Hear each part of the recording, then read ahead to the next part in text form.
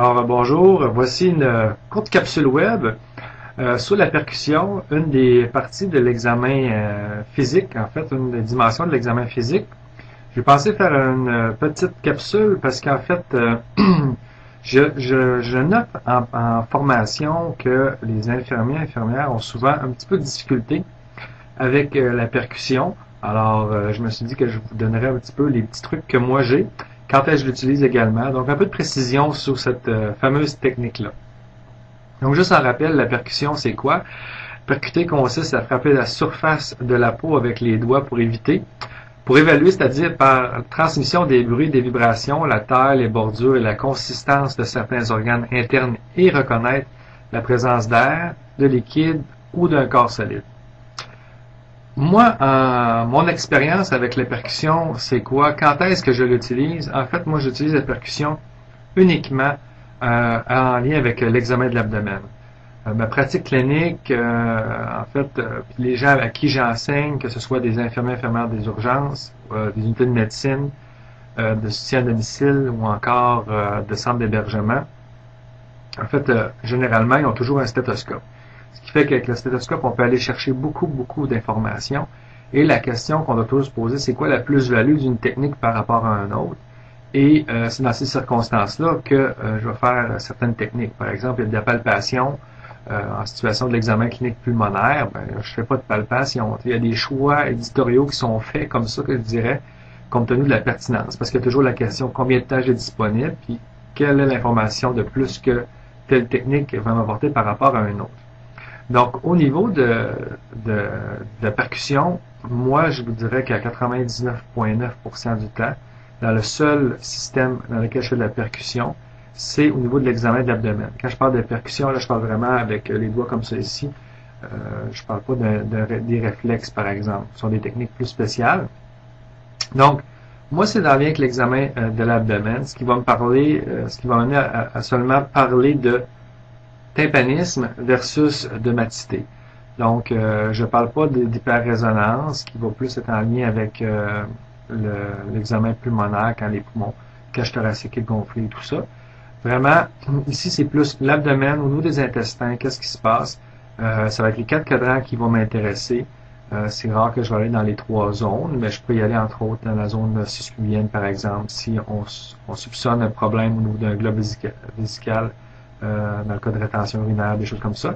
Mais généralement, à part dans les cas spéciaux, c'est vraiment les 4 cadrans qui vont m'intéresser en tant que tel.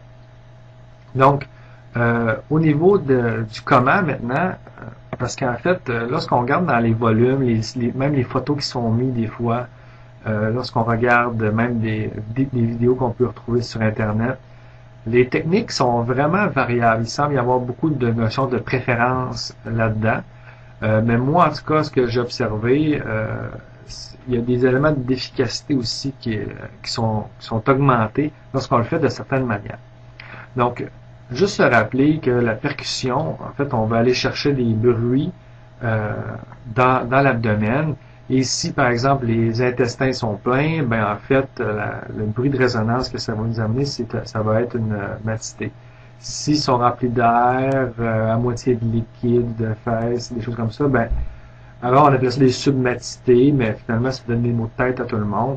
Donc, on va plus dire, y a-t-il des matités ou encore du tympanisme? Le tympanisme, il va être très clair au niveau de, lorsque c'est de l'air, uniquement des gaz qu'on va retrouver au niveau de l'intestin.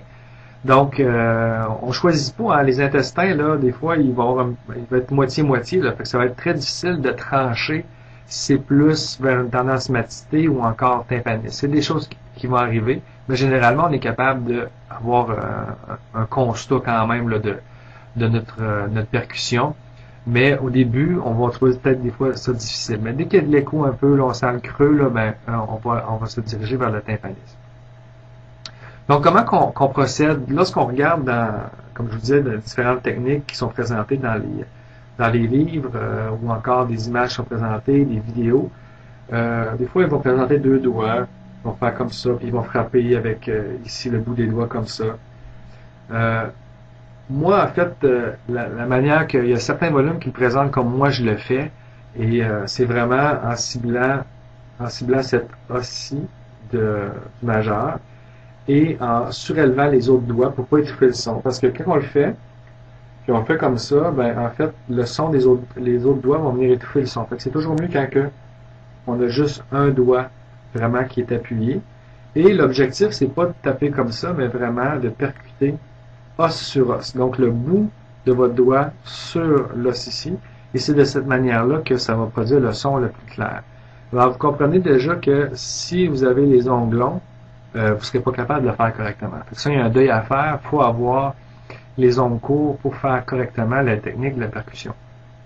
Donc, donner une idée, là, je le fais sur le haut du corps pour que vous voyez, là. Si je fais comme ça, certains vont le mettre comme ça, on entend quand même. Mais si je vais comme ça, ok, donc c'est un peu plus élevé. Puis quand on va à l'abdomen, je ne sais pas si vous voyez, mais c'est beaucoup plus clair que on entend quand même, mais on entend le tapoter des doigts en tant que tel, là, et ça l'amène un peu de bruit de distorsion. Fait que quand on est dans un environnement qui est un peu bruyant et tout ça, on apprécie beaucoup avoir du son qui est le plus clair possible et que la production est la plus élevée. Donc, moi, avec le temps, je me suis pratiqué, puis vous voyez, tout est stable, c'est juste mon doigt qui bouge. On peut y aller avec le poignet comme ça. C'est encore assez efficace, mais il faut éviter d'y aller comme ça parce qu'en fait, c'est toute la question de la précision qui va être difficile. Les gens vont être plus concentrés sur leur technique que ce qu'ils entendent exactement ou encore du patient qui est allongé devant vous. Donc, en somme, pour la technique, ce que je vous encourage à faire, c'est surélever les autres doigts par votre majeur, bien appliquer en passant aussi. Quand le doigt saute sur le ventre, là, c'est pas bon, ça produit pas un bon son. Il faut appliquer suffisamment pour que le doigt soit stable. Puis après ça, on appuie avec l'autre doigt. Mais si on y va avec le poignet, c'est adéquat également. Alors voilà, c'était mes petits trucs du métier en lien avec la percussion.